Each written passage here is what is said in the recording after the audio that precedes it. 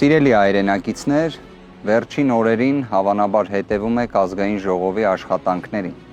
Ըստ էության բովանդակային տեսանկյունից ակնհայտ է, որ կան խնդիրներ։ Մենք պատկերացնում ենք, որ ազգային ժողովում պետք է կոնկրետ մեր հայրենակիցների կյանքը, բարեկեցությունը փոխող հարցեր քննարկվեն, կոնկրետ ծրագրեր քննարկվեն, բայց իհարկե այս ժամանակահատվածում մենք դրան ականատես չենք լինի։ Մի կողմից, որովհետև դեռևս օրենքի նախագծեր, օրենսդրական նախաձեռնություններ չեն քննարկվում, այլ քննարկվում է ազգային ժողովի ինստիտուցիոնալ ձևավորման հարցերը։ Բայց պայմանականորեն, երբ մի թեկնածու առաջադրվում է X կամ Y պաշտոնին, ապա հնարավորություն է լինում հարց ու պատասխան ունենալ։ Այդպես եղավ նաև իմ դեպքում, երբ մի շարք հարցեր տրվեցին, բայց դրանցից ըստ էության մեծամասնությունը իր մեջ չէր պարունակում այն բովանդակությունը, այն կոնկրետությունը, որը իսկապես հետաքրքիր կլիներ մեր հայրենակիցներին։ Ես կպատկերացնեի, որ օրինակ քաղ բանտարկյալների հարցի վերաբերյալ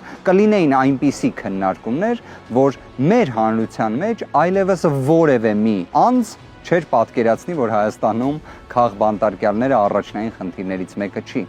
Տեսեք, քաղ բանտարկյալների հարցը հատկապես ընդգծվում է խափաման միջոց կալանքի, տնային կալանքի եւ ապօրինի հետապնդումների կոնտեքստում։ Այսօր էլ Հայաստանում այդ վիճակը իսկապես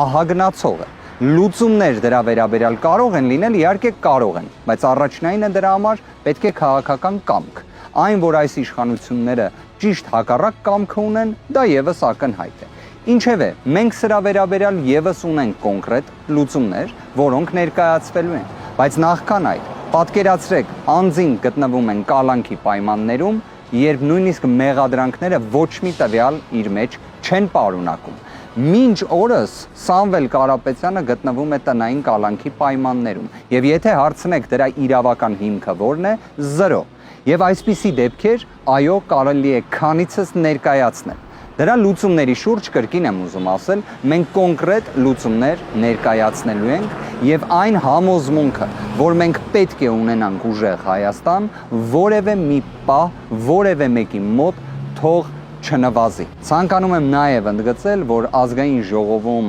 այսպես ասած, պաշտոնների ինստիտուտի տեսանկյունից մի քանի հանգամանքն է, որ կցանկանայի առանձնացնել։ Այն որոշակի լրացուցիչ գործիքակազմ է տալիս, հատկապես խորհրդարանական դիվանագիտության կոնտեքստում, որը մաքսիմալ իրացնելու ենք եւ այդ իմաստով նաև պատասխանատվությունը, որը ինքը ստանձնել եմ, մեր քաղաքական թիմի որոշմամբ իրացնելու ենք։ Այդպես նաև այլ հարցերում եւս։